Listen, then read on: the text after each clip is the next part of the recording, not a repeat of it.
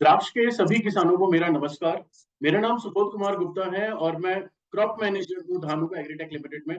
और आज हमें बड़ी खुशी है कि हमारे साथ में डॉक्टर सुजॉय साहब, principal scientist plant pathology, ICAR, national research centre for grape से हमारे साथ।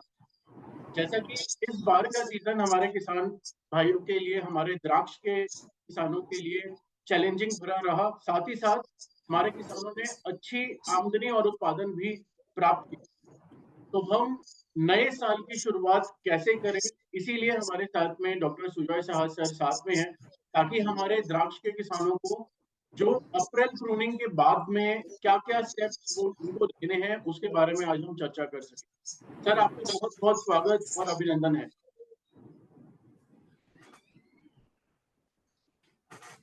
Welcome sir. Thank you. नमस्कार सब किसान भाइयों के और द्राक्ष बागायतदार को मेरी तरफ से और मेरी संस्थान की तरफ से नमस्कार। आज हम मिले हैं कुछ डिस्कशन करने के लिए, कुछ चर्चा करने के लिए। अप्रैल प्रूनिंग का शुरुआत हो चुका है, काफी जगह पे शुरुआत हो चुका है। तो अप्रैल प्रूनिंग अभी ये जो सामने का पूरा सीजन है, इसमें हम क्या करेंगे, इसके बारे में ही आज की हमारी डिस्कशन है। तो मैं सुबोध को रिक्वेस्ट करता हूं कि आपकी जो भी जानकारी चाहिए आप अभी बता सकते हैं, बताइए। सर, हमारे कुछ किसानों ने, हमारे को द्राक्ष के किसानों ने कुछ सवाल भेजे हैं, तो मैं वो एक-एक करके आपसे पूछना चाहूँगा। तो सर, सबसे पहला प्रश्न ये है कि क्या मैनेजमेंट स्ट्रैटेजीज़ जो हैं, हमारा द्राक्ष का किसान जो है अडॉप्ट कर सकता है अप्रैल प्रूनिंग के साथ में? तो वो बेस्ट मैनेजमेंट प्रैक्टिसेज़ सर क्या हो सकती हैं? अप्रैल प्रूनिंग मतलब हमारे जो अभी छाटनी शुरू होगा, ये तो अभी अक्टूबर, सितंबर, अक्टूबर तक पूरा मतलब फाउंडेशन प्रूनिंग का पूरा अवधि है। तो शुरुआत अभी हुआ है। तो हमारे इस स्टेज पे जो मैं देख रहा हूं, महाराष्ट्र का पूरा जो एरिया है, इसमें टेम्परेचर काफी हाई है, मतलब 38 से 42 के आसपास टेम्परेचर अभी है।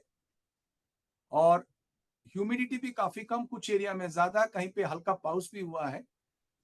तो इमीडिएटली हम ये बोलते हैं कि जहां आप छाटनी कर रहे हो, कुछ एरिया जैसे कि सटाना, इंदापुर, इस एरिया में जहां पे अर्ली क्रॉप होता है, उस एरिया में छाटनी अभी शुरुआत हुई।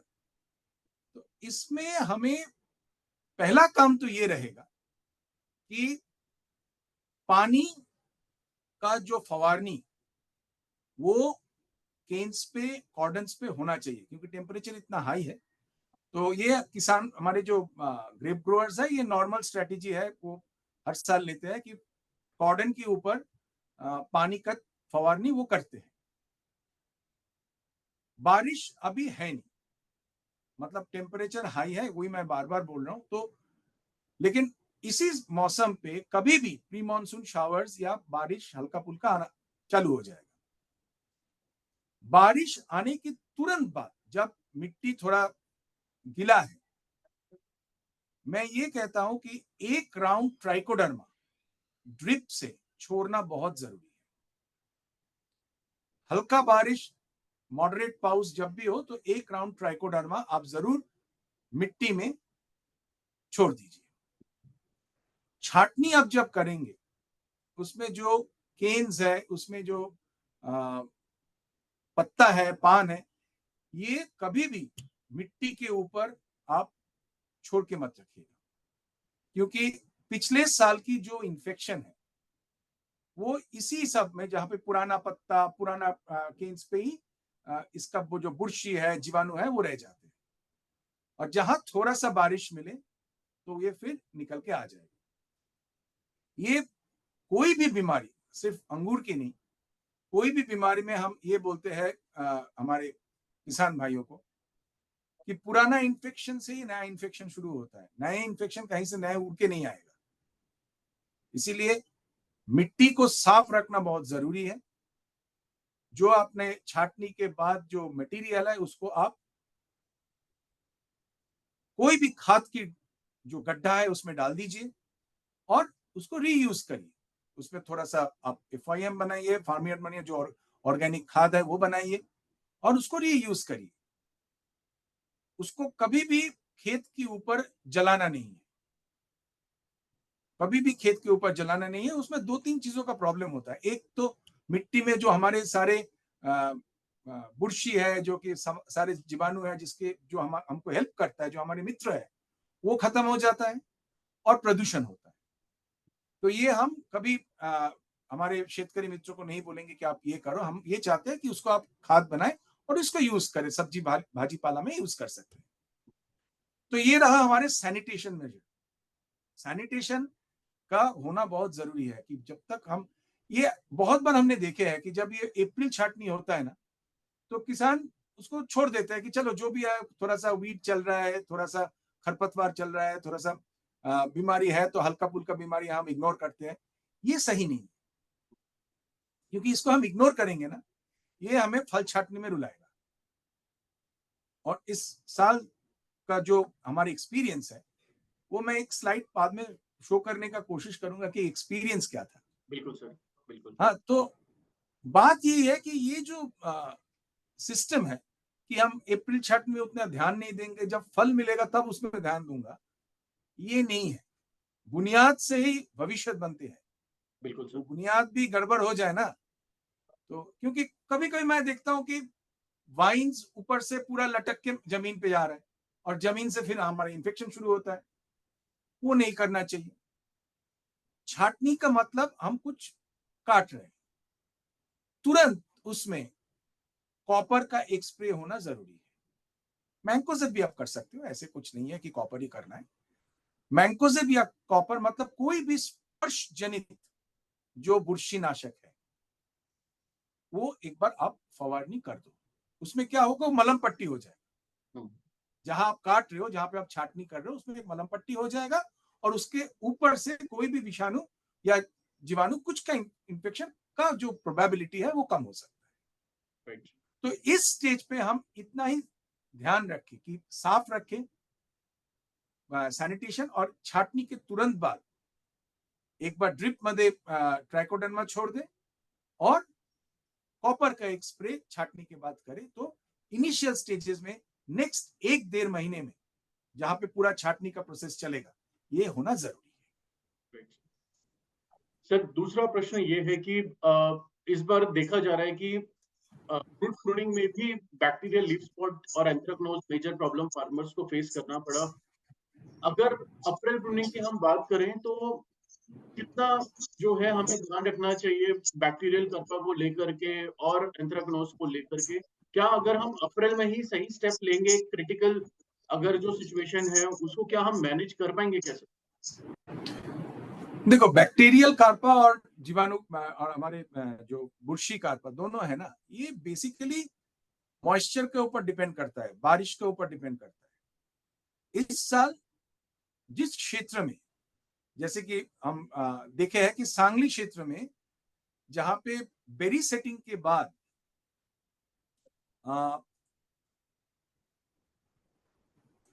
मैं बाद में जब स्क्रीन शेयर करूंगा, मैं एक फोटोग्राफ जरूर दिखाऊंगा। बेरी सेटिंग के बाद ये जो बैक्टीरिया जीवाणु कार्पा और बुरशी कार्पा आए हैं, ये इसीलिए आए थे कि उस टाइम बारिश हुआ था, 4-5 दिन हम स्प्रे कर नहीं पाए और इन्फेक्शन चालू हुआ। लेकिन ध्यान क्या रखना है कि ये इन्फेक्शन आया कहां से। बाहर से तो हम इन्फेक्शन आएंगे नहीं, मतलब वो आजू बाजू फील्ड में ही था, कहीं ना कहीं वो जरूर था। तो इसीलिए अप्रैल प्रूनिंग में, जुलाई अगस्त महीने में जब हमारा पाउस धीरे धीरे धीरे धीरे शुरू हो जाता है, हलू हलू शुरू हो जाता है हर एरिया में, उसमें प्रिवेंटिव स्प्रे होना बहुत जरूरी है। क्योंकि सांगली क्षेत्र में तो जरूर होना है, पूरा सांगली क्षेत्र में हम कोई रिस्क नहीं लेंगे। ऐसी इंफॉर्मेशन बाद में आया कि कुछ इंदापुर के एरिया में भी ऐसे हुआ है। लोगों को यह मानना था कि छाटनी का डेट के हिसाब से ये हुआ है, लेकिन छाटनी का डेट के हिसाब से ये होंगे तो शायद 2, 3, 5, 6 प्लॉट पे होगा। पूरा एरिया जो सांगली का था, जो अफेक्टेड था, वो छाटनी के लिए नहीं हुआ था। मतलब उस एरिया में इनोकुलम जिसको हम बोलते हैं, मतलब विषाणु और जीवाणु के जो मेजर सोर्स है, वो सोर्स कहीं ना कहीं था, और वो अप्रैल प्रूनिंग के टाइम से ही था। हमने ध्यान नहीं दिया, हमने सोचा कि अच्छा पान के ऊपर तो सिम्टम है नहीं, हमें स्प्रे करना नहीं है, छोड़ देते हैं। लेकिन वही बाद में हार्वेस्ट के टाइम में हमारे मुसीबत आके खड़े हो गए, और उस टाइम इतना खराब था सिचुएशन कि हार्वेस्ट करने का भी लायक नहीं था। तो ये हम बोलते हैं कि कॉपर का स्प्रे या बोर्डो का स्प्रे हम जरूर करते हैं। कॉपर का स्प्रे हम बोर्डो के स्टैंडर्ड प्रैक्टिस है, बोर्डो का एप्लीकेशन 1 या 2 एप्लीकेशन 7-10 पान तक हमारे बोर्डो 0.5 to 1% बोर्डो ग्रोअर्स यूज करते हैं। लेकिन हर टाइम बोर्डो में उतना क्षमता नहीं होता है कि पूरा हम कंट्रोल कर पाए। जैसे कि क्योंकि आफ्टर ऑल ये स्पर्श जनित है, जैसे कि हमारा कॉपर है, कॉपर ऑक्सीक्लोराइड, कॉपर हाइड्रोक्साइड बढ़िया रिजल्ट्स देता है। लेकिन आज के डेट में जो क्लाइमेट चेंज मैं देख रहा हूं, इस क्लाइमेट चेंज में ये चीज जरूर करना है कि हमें कोई रिस्क नहीं लेना है। मान लीजिए कि कुछ बुरशी रह गया, मान लीजिए कुछ बैक्टीरिया रह गया, तो वो फल छाटने में हमें दर्द हो सकता है। इसीलिए बैक्टीरिया या बुरशी दोनों के लिए CIB RC मान्यता प्राप्त जो स्पर्श जनित या अंतरप्रवाही बुरशीनाशक का जो संमिश्रण रेडी मिक्स हमारे पास है, वो हम जरूर यूज करेंगे, जैसे कि कासुगामाइसिन या कॉपर ऑक्सीक्लोराइड। ग्रोवर्स हमारे टैंक मिक्स भी करते हैं, कासुगामाइसिन और कॉपर अलग अलग से मिला के फिर उसको मशीन में डाल के स्प्रे करते हैं, ठीक है। लेकिन मेरा मुद्दे की बात यह है कि एक अंतरप्रवाही बुरशी नाशक जाना जरूरी है। तो ये मान्यता प्राप्त है कि बैक्टीरियल स्पॉट को यह कंट्रोल करेगा। तो इसका जो डोज है 750 ग्राम हेक्टेयर पे और 300 ग्राम एकड़ पे, तो ये डोज में जो कि लेबल डोज है, ये लेबल डोज में 2 से 3 फवारनी, 2 करे तो सही है, 3 की जरूरत नहीं है। फिर मैं वही बोलता हूं कि जहां पे बीमारी देखे थे हम,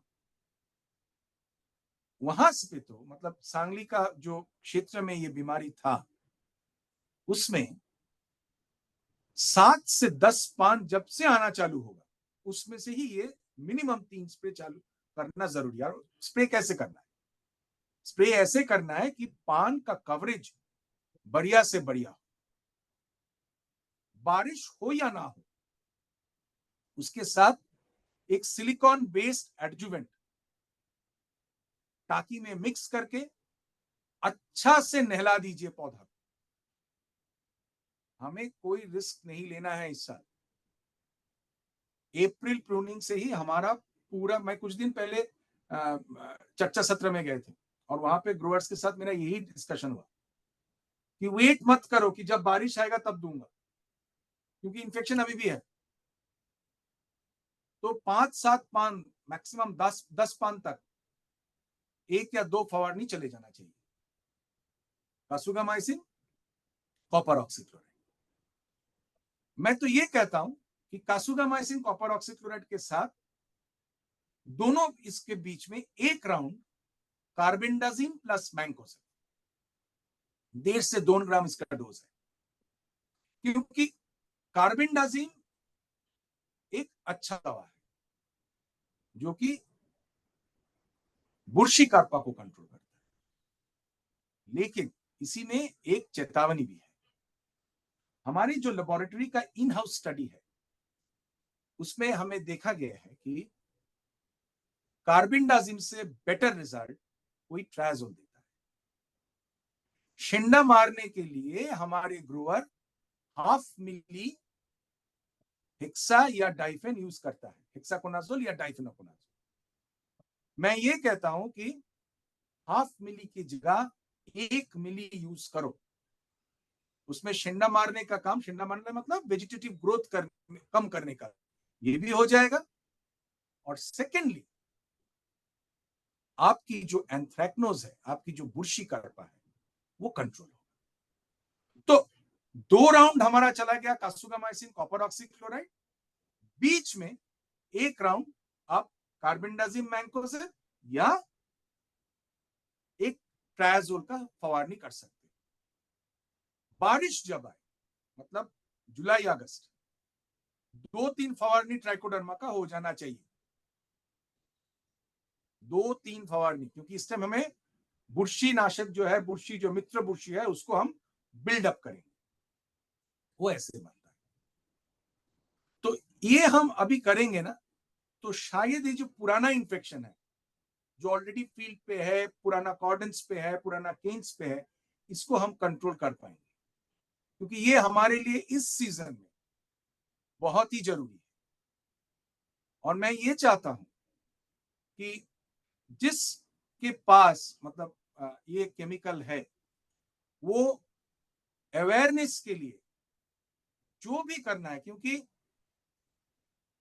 हम अभी नहीं करेंगे तो बाद में करेंगे, बाद में ये काम करेगा।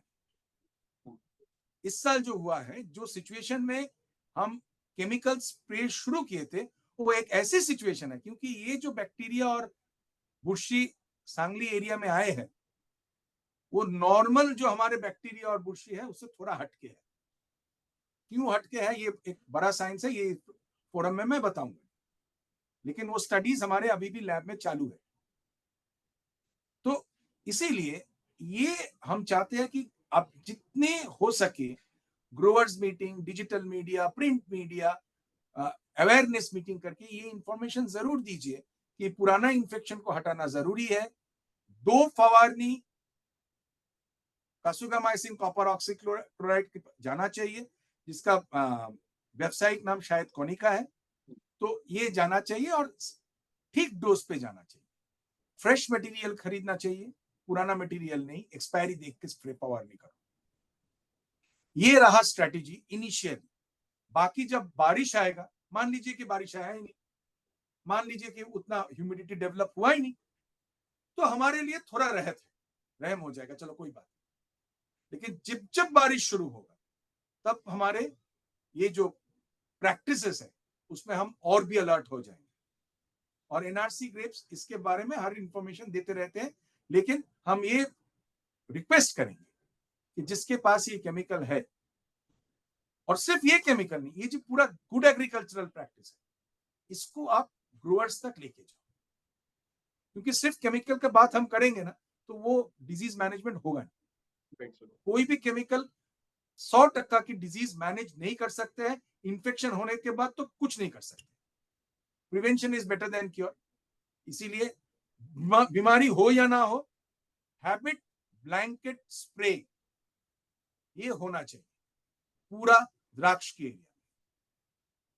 नहीं सर, आपने बहुत सही जानकारी दी हमारे द्राक्ष के किसानों को, क्योंकि अगर शुरुआत से ही सतर्कता रहेगी तो हम अपने खेत को फ्रूट प्रूनिंग के टाइम पे बहुत अच्छे से उत्पादन और क्वालिटी उत्पादन जो है हम ले जा सकेंगे। सर मैं चाहूंगा कि आप जो फोटोग्राफ्स जो है आप शेयर करना चाह रहे थे, मैं चाहूंगा कि आप हमारे द्राक्ष के किसानों के लिए एक बार जरूर शेयर करें।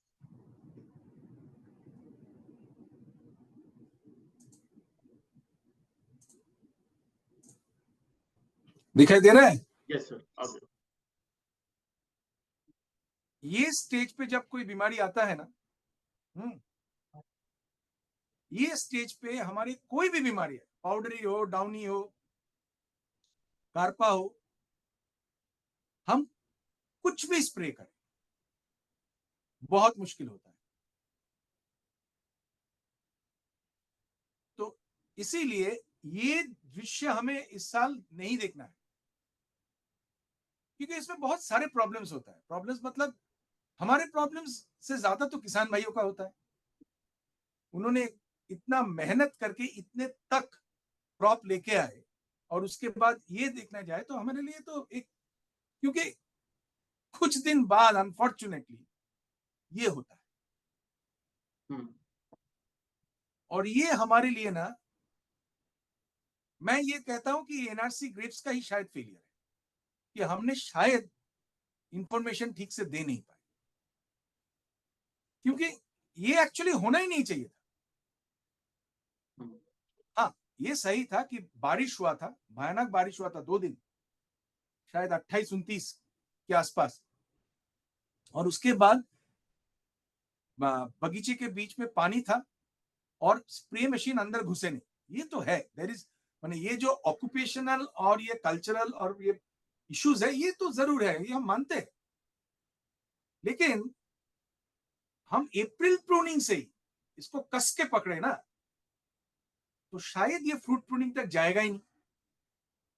हैबिट स्प्रे करते हैं बैक्टीरिसाइड और एंथ्रेक्नोज की, क्योंकि उस टाइम हमारे टीम, मतलब मैं तो खुद इतने सारे फील्ड्स पे गए थे, काफी डिस्कशन हुआ था, और इतना तक ही मैं दिखाऊंगा कि यहां से हमारे लेबोरेटरी की जांच शुरू होता है। ये देखिए एट डिफरेंट स्टेजेस कैसे ये होता है, और ये बेरी में बुर्शी कार्पा और जीवाणु कार्पा दोनों का मिक्स्ड इन्फेक्शन। प्रॉब्लम ही है, प्रॉब्लम हमारा ये था कि हमारे बुर्शी कार्पा और जीवाणु कार्पा का दोनों का ही मिक्स, और ये जो बुर्शी कार्पा है वो भी 2 तरह का था।